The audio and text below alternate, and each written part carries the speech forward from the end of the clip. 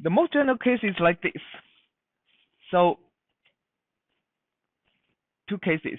One case is u left greater than u right. Okay. If u left is greater than u right, then my f, which is a function of u left and u right, is equal to the minimum of f of u when u is greater than u right, less than u left. We're going to find out this is true for all these cases we have been talking about. Because, you see, in the first case, if df du are all going towards the right, if all the df du are positive, okay, that means u has been increasing over the range of ul and ur. If u has been increasing over the range of ul and ur, what is the minimum of f within that range? So this is going faster. This is, yes, this is, okay, so the f is larger, f is monotonically increasing as a function of u. So the minimum of f would be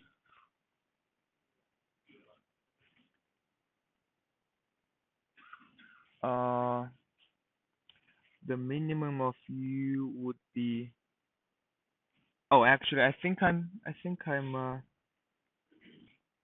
mistaken. I think I'm mistaken. So when ul is greater than ur, this should be the maximum. This should be the maximum because as we said, if f is increasing as a function of u, then the maximum over that range should be u left, and we are taking the f of u left as the value of the flux, which is our case 1, right? We see that as the case.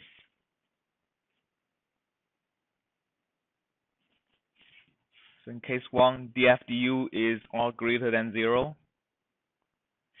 Okay, over the entire range, f is increasing as a function of u, and because ul is higher than u right, f of ul is higher than f of ur, and we are taking f of ul as the flux.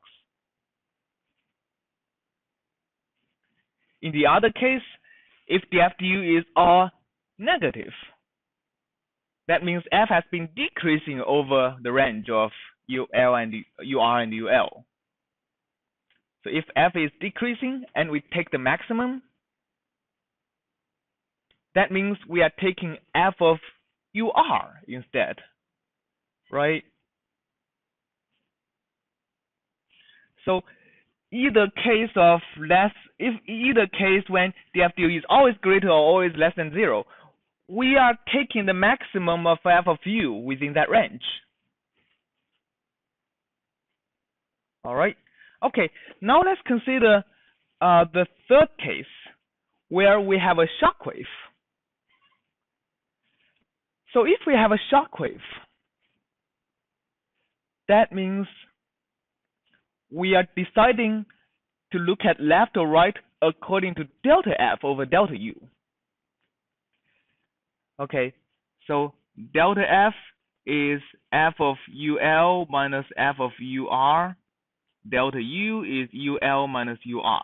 All right. So in this case, delta u is positive or negative? Delta u, as this definition, is positive. So if delta f is positive, the shock is moving towards the left, and we are the shock is moving towards the right, and we are taking the left value, right? We are taking the left value, which, because we said delta f is positive, the left value is the maximum, is higher than ur. All right. Or in the other case, if delta f is negative, the shock is moving towards the left, and we are taking the right value. And in this case, we said delta f is negative, so the right value is higher than the left value. we are still taking the maximum over the range.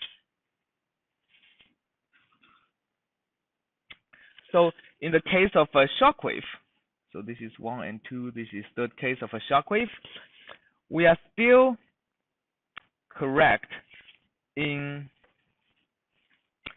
taking the maximum value of u in that range. Okay, so that is the 3 cases. And the 4th case is when we have an expansion wave. And when we have an expansion wave, that is an interesting case because for the Burker's equation, when UL is greater than UR, it is impossible to have expansion wave. All right, a Burker's equation can only have an expansion wave when UL is less than UR, because the characteristic speed is equal to U. An expansion fan when UL is greater than UR can only happen if F locally looks like that, it's concave instead of convex.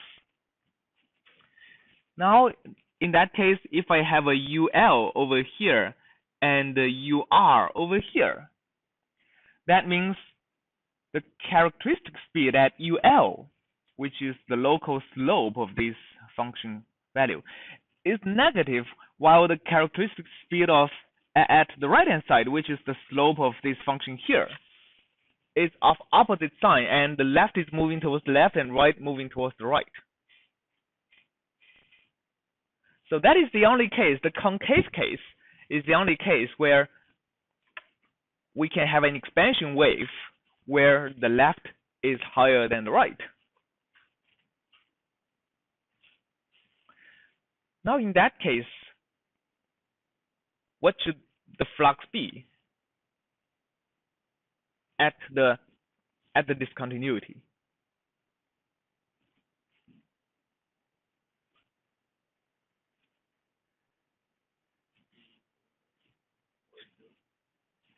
It should be where the characteristic speed is 0, right? The center of the expansion fan, or the non-moving point of the expansion fan, should be the point where the characteristic speed locally is equal to 0. And over that function f, how would you look for the point where the characteristic is 0? The maximum, because the characteristic speed is df du, is the slope of this function. Where does the slope become 0? The maximum. Okay, so this is the non-moving point. This u, the u where the flux achieves the local maximum, is the point where the characteristic speed goes straight vertical, and that is the point that doesn't move when the interface is over here. On the right of this point, the expansion fan slopes towards the right in the x and t diagram.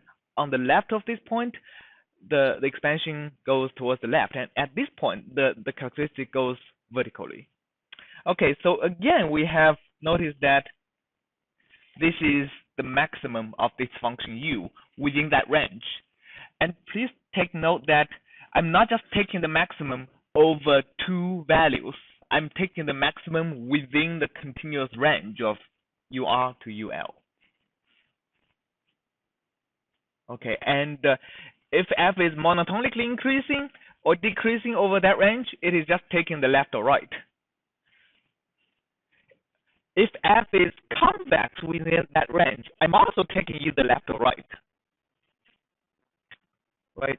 If f is convex over that range, over the range, and I'm taking the maximum, I'm of course only taking the left or right. But if f is not convex, then I need to investigate the whole range of u in order to find out where the maximum is. So this is if UL is greater than UR. And in the other case,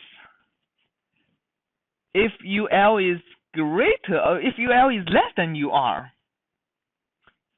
f of ul and ur is actually equal to the minimum of f of u, ul less than u less than ur. This is basically the opposite case. So if this is case 2, if I have ur over here and ul over here and the shape looks like that, then the cases are opposite. If over the whole range f is monotonically increasing, that means df du is always positive. That means this shape, whatever, no matter if it stays as a continuity or discontinuity, moves towards the right. I'm taking f of ul, which in this case is the minimum, because I'm assuming f to be increasing. Okay, if the whole thing moves towards the left, then the minimum is equal to f of u right. Okay, and if the function is convex and has a minimum somewhere, then I have expansion fan, and the minimum is actually where the expansion fan goes vertical. And if the function is concave, then I'm also taking the minimum of either left or right, and I have a shockwave that moves towards the left or right, depending on if f of ul is larger or f of ur is larger. All right, so this is the full Godunov scheme.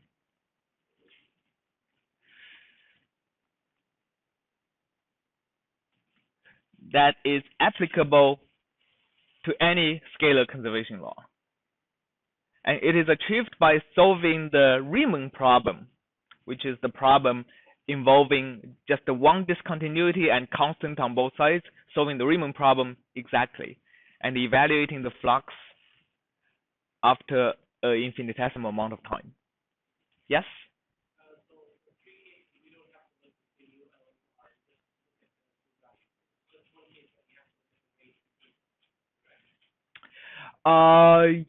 Yes, most cases, if you know f is monotonically increasing or monotonically decreasing, or if you know the function, in this case, in the max case, if you know the function is convex, these are the cases you don't need to look in between. Other cases, if f is not monotonic within the region and you don't know f is convex, then you need to look in between. Same thing happens when you take the minimum. If you know the function is concave, or when you know the function is monotonic, then you don't have to look in between. Otherwise, an expansion fan can happen, and you need to look at the point where the expansion fan goes vertical. Otherwise, you may get non-physical solutions. All right. Okay, any questions on this? Yes? No? Yep. Only apply if fu is a algebraic function. What happens if fu becomes like a two first derivative of, say, if you have a diffuse system? Okay. Like first derivatives in. Very good question. So what if the question is, what if f not only involves the value of u but also derivatives of u?